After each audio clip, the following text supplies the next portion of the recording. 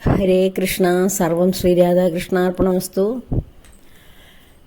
നമുക്കിന്ന് ദേവശൈനി ഏകാദശി അല്ലെങ്കിൽ ഹരിശൈനി ഏകാദശി അല്ലെ ശയന ഏകാദശി, ഈ ഏകാദശിയാണ് 17-ാം തീയതി ബുധനാഴ്ച കടന്നു വരുന്നത്.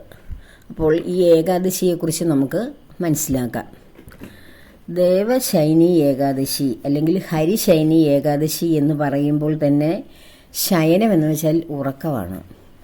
അപ്പോൾ ഭഗവാന്റെ നിദ്രയുമായി ബന്ധപ്പെട്ട ഒരു ഏകാദശിയാണ് ഇത്.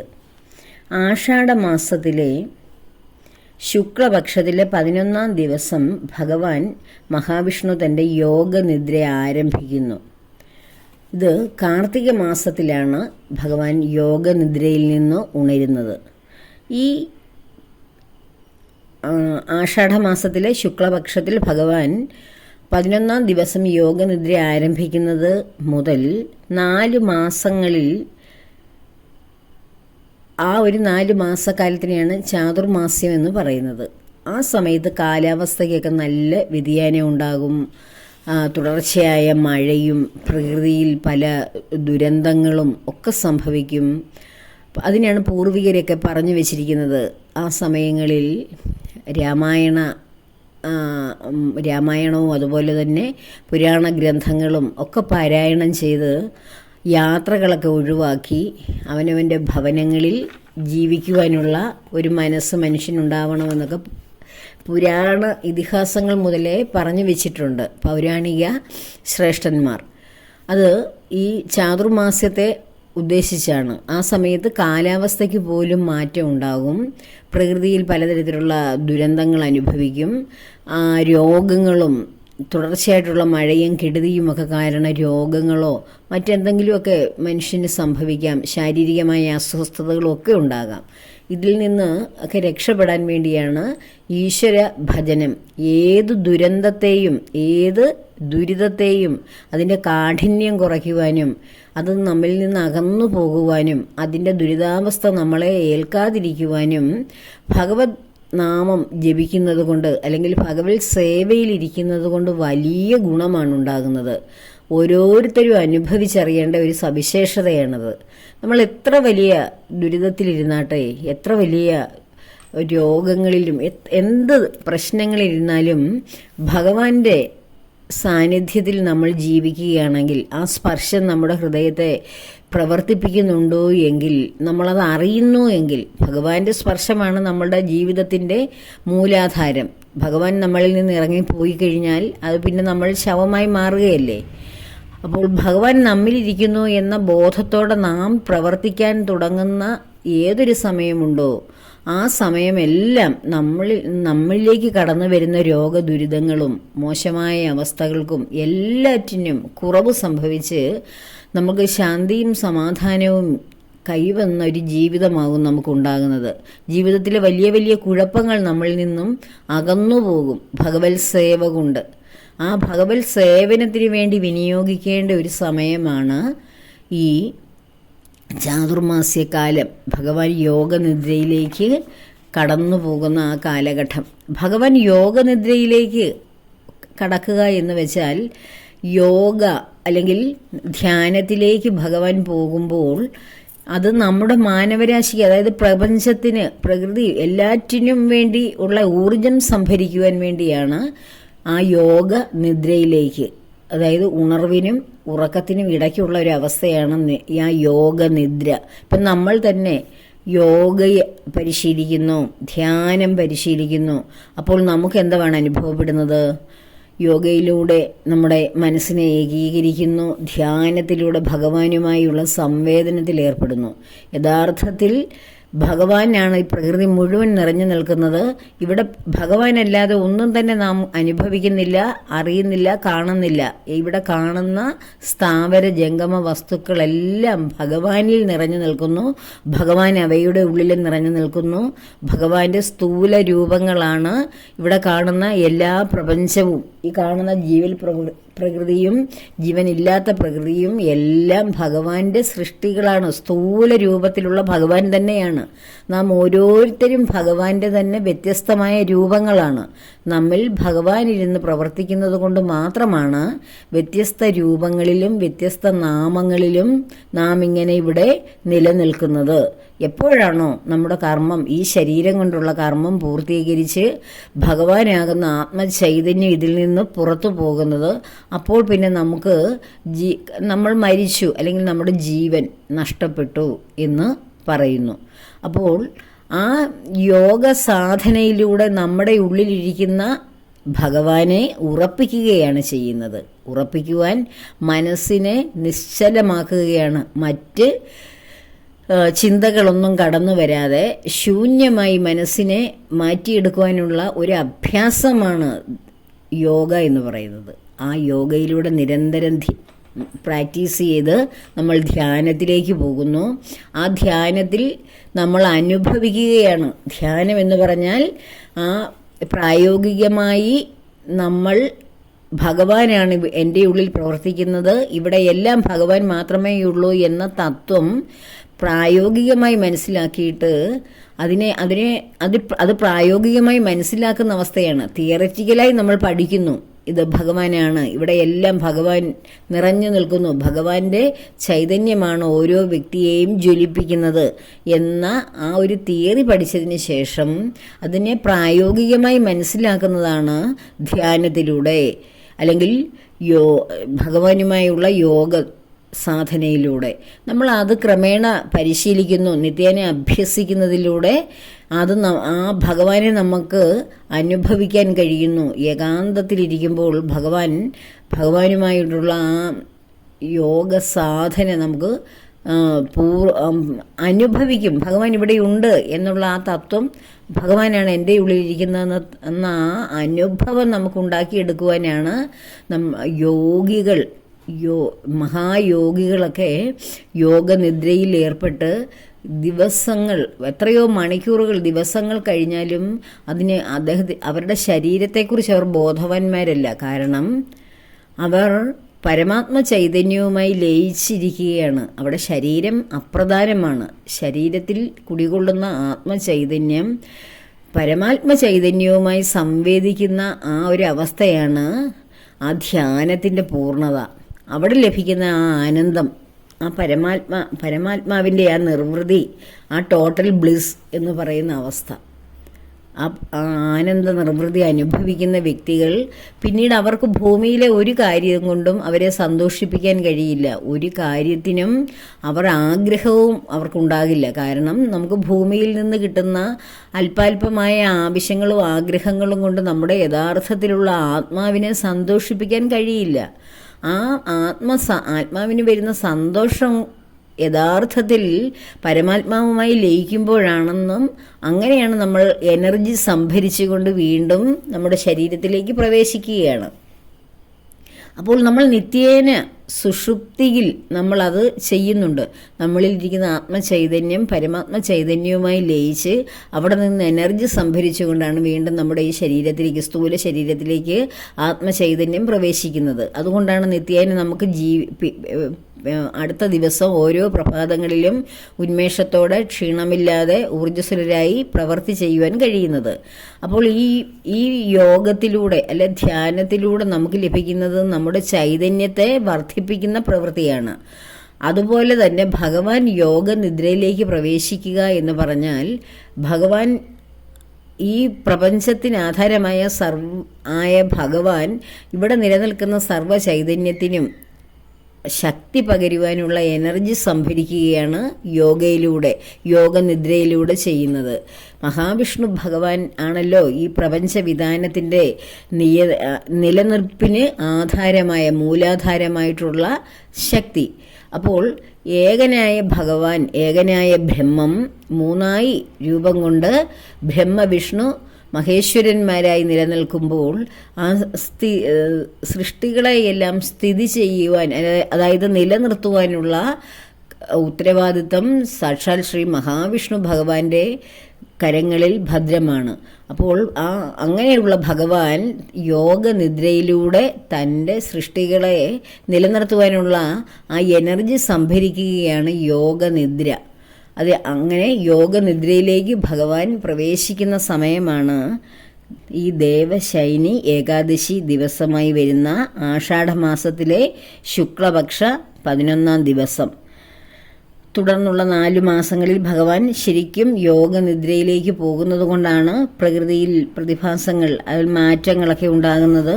അപ്പോൾ ഭഗവാന്റെ ആ അനുഗ്രഹം നേടാൻ ഏറ്റവും പറ്റിയ സമയവും യോഗയും ധ്യാനവും ഒക്കെ അഭ്യസിച്ച് ഭഗവാനെ കൂടുതൽ അനുഭവിക്കുവാൻ പറ്റുന്ന ഒരു അവസരമാണ് ഈ ചാതുർമാസ കാലഘട്ടം. ഈ അതീന്ദ്രിയമായിട്ടുള്ള ആ ഭഗവാന്റെ ആ ഉയർന്ന തലത്തിലേക്കുള്ള ഒരു ഭഗവാൻ ഈ യോഗനിദ്രയിലൂടെ അതീന്ദ്രിയമായ ശക്തി സംഭരിച്ച് അതിൻ്റെ ഒരു പൂർണ്ണതയിലേക്ക് എത്തുകയാണ് ചെയ്യുന്നത്. അപ്പോൾ നമ്മൾ ഓരോരുത്തർക്കും ഈ അതീന്ദ്രിയമായ ശക്തി ലഭിക്കുവാൻ വേണ്ടി നമുക്ക് ഈ കാലഘട്ടം പ്രാർത്ഥനകൾ, പൂജകൾ ഇവയൊക്കെ ഒഴിവാക്കി ധ്യാനം പരിശീലിക്കുകയും പൂർണ്ണമായ ധ്യാനത്തിലൂടെ ഭഗവാനെ അനുഭവിക്കുവാൻ, ആ അതീന്ദ്രിയമായ അവസ്ഥയിലേക്ക് കടന്നു വരുവാൻ ശ്രമിക്കുകയും ചെയ്യേണ്ടത് വളരെ നല്ലതാണ്. നമുക്ക് ഈ ഹരിശൈനി ഏകാദശിയുമായി ബന്ധപ്പെട്ട ഒരു മാഹാത്മ്യത്തെക്കുറിച്ച് കേൾക്കാം. നമ്മുടെ പൗരാണിക ഭാരതത്തിൽ മഹാശ്രേഷ്ഠന്മാരായിട്ടുള്ള രാജർഷികൾ, അതായത് രാജാക്കന്മാരായിട്ടിരിക്കുമ്പോഴും അവർ മഹാതപസ്സിലൂടെയും ധ്യാനത്തിലൂടെയും ഭഗവാന്റെ അനുഗ്രഹം സിദ്ധിച്ച് ആത്മവീര്യം നേടിയവരായിട്ടുള്ള, ആത്മബോധത്തിൽ ജീവിക്കുന്ന രാജാക്കന്മാരാണ്, ഭരണകർത്താക്കളെയാണ് രാജർഷികൾ എന്ന് പറയുന്നത്. അങ്ങനെയുള്ള ഒരു രാജർഷി പദവിയിലെത്തിയ വളരെ ശ്രേഷ്ഠനായ ഒരു രാജാവായിരുന്നു മാന്ധാതാവ്. അനേകം ശ്രേഷ്ഠ രാജാക്കന്മാർക്ക് ജന്മം കൊടുത്ത രാജ്യമാണ് ഭാരതം. ഈ മാന്ധാതാവ് രാജാവ് വളരെ ഗംഭീരമായി, വളരെ ശ്രേയസ്കരമായി രാജ്യം ഭരിച്ചുകൊണ്ടിരിക്കുന്ന അവസരത്തിൽ ഒരു കാലഘട്ടത്തിൽ അദ്ദേഹത്തിൻ്റെ രാജ്യത്ത് ദാരിദ്ര്യവും ക്ഷാമവും വരൾച്ചയൊക്കെ ബാധിക്കുകയുണ്ടായി. അപ്പോൾ ഭരിക്കുന്ന ചക്രവർത്തിമാർ അല്ലെങ്കിൽ ഭരണകർത്താക്കളുടെ ഈശ്വര സമ്പർക്കത്തിൻ്റെ കുറവാണ്, അല്ലെങ്കിൽ ജ്ഞാനത്തിൻ്റെ കുറവാണ് ഈ രാജ്യത്ത് സംഭവിക്കുന്ന അരാജകത്വങ്ങളും ദാരിദ്ര്യവും കഷ്ടപ്പാടും മഹാദുരന്തങ്ങളും പ്രകൃതി പ്രതിഭാസങ്ങളും എന്നൊക്കെയാണ് നമ്മൾ പുരാണങ്ങളിൽ വായിച്ച് അറിയുന്നത്. നമ്മുടെ പുരാണങ്ങളെന്ന് പറഞ്ഞാൽ നമ്മുടെ രാജ്യത്തിൻ്റെ ചരിത്രം തന്നെയാണ്. അതൊരു കെട്ടുകഥയോ ഇതിഹാസമോ അല്ല. കാരണം ഈ നമ്മുടെ പൗരാണിക ഇതിഹാസ ഗ്രന്ഥങ്ങളിൽ പറഞ്ഞിട്ടുള്ള എല്ലാം ശ്രീരാമചന്ദ്രനുമായി ബന്ധപ്പെട്ട രാമസേതുവും ലങ്കയും, അതുപോലെ തന്നെ ദ്വാപരയുഗത്തിൽ ശ്രീകൃഷ്ണ പരമാത്മാവ് ബന്ധപ്പെട്ട സ്ഥലങ്ങളെല്ലാം, ദ്വാരകയും അമ്പാടിയും വൃന്ദാവനവും എല്ലാ സ്ഥലങ്ങളും, മധുരയും എല്ലാം ഇപ്പോഴും അതുപോലെ തന്നെ നിലനിൽക്കുന്നു. അല്പവും ഒക്കെ കേടുപാടുകൾ ഉണ്ടെങ്കിലും, ജലത്തിനടിയിലാണ് ദ്വാരകയെങ്കിലും അതവിടെ ഉണ്ടല്ലോ. അത് ഇതിനൊക്കെ ഈ രാജ്യം, നമ്മുടെ പൗരാണിക ഭാരതത്തിൻ്റെ ആ ചരിത്രത്തെയാണിത് കാണിക്കുന്നത്. അല്ലാതെ പുരാണങ്ങളെന്ന് വെച്ചാൽ വെറും കെട്ടുകഥകളോ മിത്തുകളോ ഒന്നുമല്ല. ഇതൊക്കെ ഇവിടെ സംഭവിച്ച കാര്യങ്ങളാണ്, നമ്മുടെ രാജ്യത്തിൻ്റെ ചരിത്രമാണ്. നമുക്കതിനെപ്പറ്റി നമ്മൾ ഇവിടെ ജീവിക്കുന്ന കാലഘട്ടത്തിലെ അറിവുകൾ മാത്രമേ നാം സ്വാംശീകരിക്കുന്നുള്ളൂ. അല്ലെങ്കിൽ ചരിത്രകാരന്മാരോ ഗവേഷകരോ കണ്ടെത്തുന്നത് 5000-ഓ 10,000-ഓ വർഷത്തിന് പഴക്കമുള്ള ഏതെങ്കിലും നിർമ്മിതികളുടെ അവശിഷ്ടങ്ങൾ മാത്രമാണ്. എന്നാൽ ഈ 10,000-ഓ 15,000-ഓ 20,000-ഓ വർഷങ്ങൾക്ക് മുൻപും ഇവിടെ ഭാരതത്തിൽ ശ്രേഷ്ഠമായിട്ടുള്ള രാജവംശങ്ങളും ഭരണകർത്താക്കളും സംസ്കൃതിയും എല്ലാം നിലനിന്നിരുന്നു. അത് നമുക്ക് സൂക്ഷ്മമായ ഈ സ്ഥൂല ശരീരത്തിൽ സൂക്ഷ്മമായ ആത്മ ചൈതന്യം കുടികൊള്ളുമ്പോൾ ഇന്ദ്രിയങ്ങളിലൂടെ നമുക്ക് വളരെ പരിമിതമായ അറിവ് മാത്രമേ ലഭിക്കുന്നുള്ളൂ. അതുകൊണ്ടാണ് നമുക്കറിയാത്തതും കേൾക്കാത്തതും കാണാത്തതും ഒക്കെ നമ്മൾക്ക് വിശ്വസിക്കാൻ പ്രയാസമായി, യുക്തിക്ക് നിരക്കാത്തതാണെന്നും അതൊക്കെ കെട്ടുകഥകളാണെന്നും ഒക്കെ പറയുന്നത്. അപ്പോൾ അങ്ങനെ മാന്ധാതാവ് എന്ന് പറയുന്ന ഒരു വലിയ രാജാവ് നമ്മുടെ രാജ്യം ഭരിച്ചിരുന്നു. അദ്ദേഹത്തിൻ്റെ രാജ്യത്ത് ക്ഷാമവും ദാരിദ്ര്യമൊക്കെ നേരിട്ടപ്പോൾ ബ്രഹ്മദേവന്റെ മാനസപുത്രന്മാരിൽ ഒരാളായ അങ്കിരിസു മഹർഷിയോടാണ് ഇദ്ദേഹം ഇതിന് പരിഹാരം എന്ത് വേണമെന്ന് അന്വേഷിച്ച് ഇങ്ങനെ പല തലത്തിലും അദ്ദേഹം ഇങ്ങനെ ചിന്തകളിൽ ഏർപ്പെട്ട് പല വിധത്തിൽ അദ്ദേഹം അന്വേഷണം നടത്തി പല പരിഹാര മാർഗങ്ങളും ആരാഞ്ഞ് കഴിഞ്ഞപ്പോൾ അവസാനം ഇദ്ദേഹം അങ്കിരിസ് മഹർഷിയുടെ മുന്നിലെത്തുകയും അദ്ദേഹത്തിനോട് തൻ്റെ ആവശ്യങ്ങൾ, തൻ്റെ രാജ്യത്തിൻ്റെ അവസ്ഥകൾ പറഞ്ഞു മനസ്സിലാക്കിയപ്പോൾ മഹർഷി രാജാവിനോട് പറയുകയാണ്, ദേവശൈനി ഏകാദശി വ്രതം ഭക്തിയോടെ അനുഷ്ഠിക്കൂ.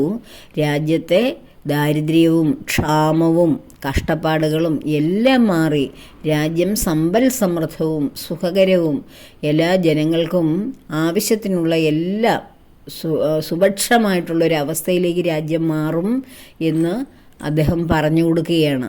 അങ്ങനെ അങ്കിരിസ് മഹർഷിയുടെ ഉപദേശപ്രകാരം മാന്ധാതാവ് രാജാവ് ദേവശൈനി ഏകാദശി വളരെ അനുഷ്ഠാനങ്ങളോട് ചിട്ടയോടുകൂടി ആചാരത്തോടുകൂടി ആചരിക്കുകയും അങ്ങനെ അദ്ദേഹത്തിൻ്റെ രാജ്യത്ത് വളരെ ഐശ്വര്യം നിലനിൽക്കുകയും ചെയ്തു. പിന്നീട് അദ്ദേഹം തൻ്റെ പ്രജകളോട് എല്ലാ ഏകാദശി വ്രതങ്ങളും അനുഷ്ഠിക്കുവാൻ വിളംബരം ചെയ്യുകയും രാജ്യത്തെ മുഴുവൻ ജനങ്ങളും രാജാവും എല്ലാവരും ആ ഏകാദശി വ്രതങ്ങൾ ചിട്ടയോടെ അനുഷ്ഠിക്കുകയും ചെയ്യുകയാണ് പതിവ്. നമ്മുടെ മാറി വരുന്ന ഈ കലികാലത്തിൽ ഇങ്ങനെയൊക്കെയുള്ള സൽചിന്തകളോടെ ജനങ്ങളും അതുപോലെ ഭരണകർത്താക്കളും ഒക്കെ മുന്നോട്ട് പോയിരുന്നെങ്കിൽ നമ്മുടെ രാജ്യം എത്ര നന്നായിരുന്നു എന്ന് ആലോചിച്ച് നോക്കൂ. അങ്ങനെ ശ്രേഷ്ഠമായ ഒരു ചരിത്രമുള്ള ഒരു ശ്രേഷ്ഠ ഭാരതത്തിൻ്റെ ഭാഗമാണ് നമ്മൾ ഓരോരുത്തരും. കലിയുഗത്തിൽ ഈ പരിപാവനമായിട്ടുള്ള സംസ്കൃതിക്ക് ധാരാളം മാറ്റങ്ങൾ സംഭവിച്ചുകൊണ്ടിരിക്കുന്നു. വീണ്ടും ഇതിനേക്കാൾ മോശമായ അവസ്ഥയിലേക്കാണ് കലിയുഗത്തിലെ ഓരോ സംവത്സരവും കടന്നു പോകുന്നത്. അപ്പോഴും ഈശ്വര ഭജനത്തോടെ ദൈവികമായിട്ടുള്ള ആചാരങ്ങളോടെ ഈശ്വരനെ അറിയുന്ന വ്യക്തികൾക്ക് ഏത് ദുർഘടസന്ധിയിലും ഭഗവാൻ തൻ്റെ ആ സുഖശീതളമായിട്ടുള്ള അവസ്ഥ നമുക്ക് പ്രദാനം ചെയ്യുക തന്നെ ചെയ്യും. ഏത് നമ്മുടെ ചുറ്റിനും കാലഗതി അനുസരിച്ച് എന്തും മാറിക്കോട്ടെ, ഏത് അവസ്ഥയും മാറി മാറി വന്നോട്ടെ, പക്ഷേ ഈശ്വര സേവയിൽ ഏർപ്പെട്ടിരിക്കുന്ന ആ വ്യക്തികളെ ഒരിക്കലും ഈ കാലഗതിക്കനുസരിച്ചുള്ള മാറ്റങ്ങളോ ആ ദുരന്തങ്ങളോ ഒന്നും ബാധിക്കുകയില്ല. ഒന്നും അവരുടെയും അവരുടെ തലമുറകളുടെയും മുകളിൽ അതൊന്നും ഏൽക്കുകയില്ല. അപ്പോൾ ഈ 4 ചാതുർമാസത്തിൽ നമുക്ക് ആദ്യ മാസം ഓരോ മാസത്തിലും എങ്ങനെ ഭഗവാനെ പരിപാലിക്കണം, ആചരിക്കണം എന്ന് നമുക്ക് നോക്കാം. ഭാദ്രപദ മാസമാണ് ചാതുർമാസത്തിലെ 2ാമത്തെ മാസം. ആദ്യത്തെ മാസം, ചാതുർമാസത്തിലെ ആദ്യത്തെ മാസം ശ്രാവണ മാസമായിരുന്നു. ആ ശ്രാവണ മാസത്തിൽ ശിവഭഗവാൻ നെയാണ് നമ്മൾ ആചരിക്കേണ്ടതും. ശിവഭഗവാനാണ് സൃഷ്ടിസ്ഥിതി എല്ലാം പരിപാലിക്കുന്നത്. കാരണം ഭഗവാൻ മഹാവിഷ്ണു യോഗനിദ്രയിലേക്ക് പ്രവേശിച്ച് ജീവരാശികൾക്ക് മുഴുവൻ എനർജി അല്ലെങ്കിൽ അവരുടെ മുഴുവൻ ഐശ്വര്യത്തിനും വേണ്ടി അദ്ദേഹം യോഗനിദ്രയിലേക്ക് ആണ്ടുപോവുകയാണ്. ആ സമയത്ത് സ്ഥിതിയുടെ പരിപാലകനായി സാക്ഷാൽ ശ്രീ മഹാശിവൻ കടന്നു വരികയും അദ്ദേഹത്തെയാണ് ഈ ചാതുർമാസത്തിലെ ആദ്യ മാസമായ ശ്രാവണ മാസത്തിൽ നമ്മൾ ആചരിക്കേണ്ടതും. അതിനുശേഷം ഭാദ്രപദ മാസമാണ് 2ാമത്തെ മാസം ആചരിക്കുന്നത്. ആ 2ാമത്തെ മാസത്തിൽ ഗണപതി ഭഗവാന്റെ വിനായക ചതുർത്ഥിയും ശ്രീകൃഷ്ണ ജയന്തിയുമൊക്കെ കടന്നു വരുന്ന മാസമാണ്. അപ്പോൾ ഗണപതി ഭഗവാനെയും ശ്രീകൃഷ്ണ പരമാത്മാവിനെയും ഒക്കെ പ്രാർത്ഥിക്കേണ്ട അനുകൂലമായ മാസമാണ് 2ാമത്തെ ചാതുർമാസം. അതുപോലെ ചാതുർമാസത്തിലെ 2ാമത്തെ മാസമായ ഭാദ്രപദ മാസം. 3ാമത്തെ മാസമാണ് അശ്വിന മാസം. ആ അശ്വിന മാസത്തിൽ ദുർഗാദേവിയെയാണ് നാം ആരാധിക്കേണ്ടത്. അതായത് നവരാത്രി പോലെയുള്ള ദേവിയുമായി ബന്ധപ്പെട്ട മഹോത്സവങ്ങൾ നടക്കുകയും ആരാധന നടത്തുകയും എവിടെയും ദേവീ പ്രസാദം നിറഞ്ഞു നിൽക്കുകയും ചെയ്യുന്ന മാസമാണ് അത്. 4ാമത്തെ മാസമാണ് കാർത്തിക മാസം. ഈ കാർത്തിക മാസത്തിലാണ് ഭഗവാൻ യോഗനിദ്രയിൽ നിന്നുണരുന്നതും ലക്ഷ്മി സമേതനായ ഭഗവാൻ ഭൂമിയിലെയും സർവപ്രപഞ്ചത്തിലെയും എല്ലാ ജീവരാശികളെയും അനുഗ്രഹിക്കുവാൻ വേണ്ടി കടന്നു വരുന്നതും. ആ സമയത്താണ് ആ ദേവിയെ, ലക്ഷ്മി ദേവിയോടൊപ്പമുള്ള ഭഗവാനെ സ്വീകരിക്കുവാൻ എന്ന വിധത്തിലാണ് നമ്മൾ ദീപാവലിയൊക്കെ ആഘോഷിക്കുന്നത്. അതുപോലെ തന്നെ കാർത്തിക മാസത്തിൽ ദാമോദരനായിട്ടാണ് നമ്മൾ ഭഗവാനെ, ദാമോദര മാസം, ദാമോദരനായി ഭഗവാനെ നമ്മൾ ആചരിക്കുന്നു. ഭഗവാനു ദാമോദരനായി കീർത്തനങ്ങളൊക്കെ ആലപിക്കുന്നു. അങ്ങനെ ഈ 4 മാസക്കാലവും ഭഗവാന്റെ അനുഗ്രഹത്തിൽ നമുക്ക് മുന്നോട്ട് പോകുവാൻ കഴിയും. ഭഗവാൻ യോഗനിദ്രയിൽ ആണെങ്കിലും ഭഗവാന് വേണ്ടി ഏറ്റവും കൂടുതൽ നമ്മൾ അനുഷ്ഠാനങ്ങൾ, പ്രാർത്ഥനകൾ നമ്മളും അതുപോലെ തന്നെ യോഗയിൽ അല്ലെങ്കിൽ ധ്യാനത്തിൽ ഏർപ്പെട്ട് ഭഗവാന്റെ ആ ചൈതന്യം നമ്മിലേക്ക് ആവഹിക്കുവാൻ ശ്രമിക്കേണ്ട മാസമാണ് ഈ ചാതുർമാസ കാലഘട്ടങ്ങൾ. അപ്പോൾ ഈ ചാതുർമാസത്തിലെ ആദ്യത്തെ ഏകാദശിയാണ് ദേവശൈനി ഏകാദശി. ഇതിൻ്റെ തിഥി, ഏകാദശി തിഥി എന്ന് പറയുന്നത് ജൂലൈ 16 രാത്രി 11:03 മുതൽ ജൂലൈ 17 11:32 വരെയാണ്. രാത്രിയിൽ 11:32 വരെയുള്ള സമയമാണ് ഏകാദശി തിഥിയായി വരുന്നത്. അതുപോലെ തന്നെ പാരണ സമയം ജൂലൈ 18 തീയതി 7:05 മുതൽ, രാവിലെ 7:05 മുതൽ 11:09 വരെയാണ് ഇതിൻ്റെ ഹരിവാസര സമയം. വളരെ ഒരു ദൈർഘ്യമുള്ള ഹരിവാസര സമയമാണ്. രാവിലെ 7:05 മുതൽ 11:09 വരെയുള്ള സമയം പാരണ സമയമാണ്. ഹരിവാസര സമയം ജൂലൈ 17 തീയതി 5:30 മുതൽ, അത് വൈകുന്നേരം 5:30 മുതൽ ജൂലൈ 18 തീയതി വെളുപ്പിനെ 5:30 വരെയാണ് ഹരിവാസര സമയം. അപ്പോൾ ഈ ഏകാദശി വ്രതം അനുഷ്ഠിക്കുന്നതിലൂടെ നമുക്ക് ലഭിക്കുന്നത് മാതാവിന് തൻ്റെ രാജ്യത്തെ എല്ലാ ഐശ്വര്യങ്ങളും വീണ്ടെടുത്തതുപോലെ നമുക്കും നമ്മുടെ ജീവിതത്തിലെ നഷ്ടപ്പെട്ടു പോയ പ്രതാപങ്ങളോ അല്ലെങ്കിൽ നമ്മൾ നേടാനിരിക്കുന്ന ഐശ്വര്യങ്ങളോ ഒക്കെ വീണ്ടെടുക്കുവാൻ ദേവശൈനി ഏകാദശി വ്രതം അനുഷ്ഠിക്കുന്നതിലൂടെ സാധിക്കും. അതുപോലെ തന്നെ ഭഗവാൻ യോഗനിദ്രയിലേക്ക് പോകുന്ന ഈ കാലഘട്ടത്തിൽ നമുക്ക് വേണ്ടുന്ന ആത്മീയമായ എനർജി സംഭരിക്കുവാനും ഈ വ്രതങ്ങളിലൂടെ കഴിയുന്നു.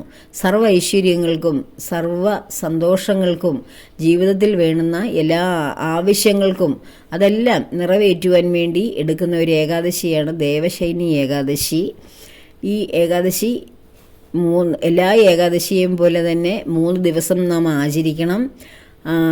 ദശമി ദിവസം മുതൽ നമ്മൾ ഒരു നേരം ആഹാരം കഴിച്ച് പ്രാർത്ഥനയോടെ ഇരിക്കുക, തുളസി ദളങ്ങൾ ശേഖരിച്ചു വയ്ക്കുക. ഏകാദശി ദിവസം ഭഗവൽ നാമങ്ങൾ ഉരുവിട്ടുകൊണ്ട് അല്ലെങ്കിൽ വിഷ്ണു സഹസ്രനാമം ഒക്കെ ജപിച്ചുകൊണ്ട് തുളസി ദളങ്ങൾ സമർപ്പിച്ച് ഭഗവാനെ പ്രാർത്ഥിക്കുക. തുളസി ഇല ഏത് ഭഗവാന്റെ കർമ്മങ്ങൾക്കും ഏറ്റവും അനിവാര്യമാണ്. ഭഗവാന് കൊടുക്കുന്ന പൂജകൾ, നിവേദ്യങ്ങൾ എല്ലാറ്റിനും തുളസി ഇല അത്യാവശ്യമായിട്ടുള്ള കാര്യമാണ്. അങ്ങനെ തുളസി ദേവിയെയും വെളുപ്പിനെ നമ്മൾ ഏകാദശി ദിവസം സ്നാനം ചെയ്തതിന് ശേഷം തുളസി ദേവിക്ക് നെയ്ദീപം തെളിയിച്ച് 3 പ്രദക്ഷിണം വെച്ച് പ്രാർത്ഥിക്കുക. ലക്ഷ്മി ദേവിയായ സാക്ഷാൽ തുളസി ദേവിയെ പ്രാർത്ഥിച്ച് അനുഗ്രഹം വാങ്ങി നമ്മൾ പൂജാമുറിയിൽ നിലവിളക്കൊക്കെ കൊളുത്തി പ്രാർത്ഥനയിൽ ഇരിക്കുക. ഭഗവാനോടുള്ള പ്രാർത്ഥന, ധ്യാനം നിരന്തരം ഏത് കർമ്മങ്ങൾ, ഏത് ജോലികൾ ചെയ്യുമ്പോഴും നിരന്തരം അത് അനുഷ്ഠിച്ചു കൊണ്ടിരിക്കുക. അങ്ങനെ ഭഗവൽ നാമത്തിൽ തുടർന്ന് 12 ദിവസവും ഒരു നേരം മാത്രം അരിയാഹാരം കഴിച്ച് ആ വ്രതം ആ ദിവസവും തുടരുക. ഏകാദശി ദിവസം, അടുത്ത ദിവസത്തിൻ്റെ ഏകാദശിയുടെ തൊട്ടടുത്ത ദിവസം 12 ദിവസമാണ് പാരണ എടുക്കേണ്ട ദിവസം. അതിൻ്റെ സമയമാണ് പറഞ്ഞത്. ഏകാദശി ദിവസം അവനവൻ്റെ ആരോഗ്യസ്ഥിതി അനുസരിച്ച് വ്രതം അനുഷ്ഠിക്കുക. ജലം മാത്രം കുടിക്കുകയോ അല്ലെങ്കിൽ പഴങ്ങൾ ഉപയോഗിക്കുകയോ പാല് കഴിക്കുകയോ ഒക്കെ ചെയ്യാം. അവനവൻ്റെ ആരോഗ്യസ്ഥിതി അനുസരിച്ച് ഏകാദശി വ്രതങ്ങൾ അനുഷ്ഠിക്കുക. നവധാന്യങ്ങൾ ഉപയോഗിക്കാതിരിക്കുക. മറ്റ് ഫലവർഗ്ഗങ്ങൾ ഉപയോഗിക്കാം. അപ്പോൾ ഏകാദശി ദിവസം എല്ലാവർക്കും ഏകാദശി എടുക്കുവാൻ ദേവശയനി ഏകാദശി എടുക്കുവാനും തുടർന്ന് ചാതുർമാസ്യത്തിലെ എല്ലാ ഏകാദശികളും അനുഷ്ഠിക്കുവാനും എല്ലാവരെയും ഭഗവാൻ അനുഗ്രഹിക്കട്ടെ. ഭഗവാന്റെ അനുഗ്രഹം സർവ ഭക്തർക്കും ഉണ്ടാകട്ടെ എന്ന് പ്രാർത്ഥിച്ചുകൊണ്ട് സർവകർമ്മങ്ങളും ഭഗവാന്റെ പത്മപാദങ്ങളിൽ സമർപ്പിക്കുന്നു. ലോകാ സമസ്ത സുഖിനോ ഭവന്തു.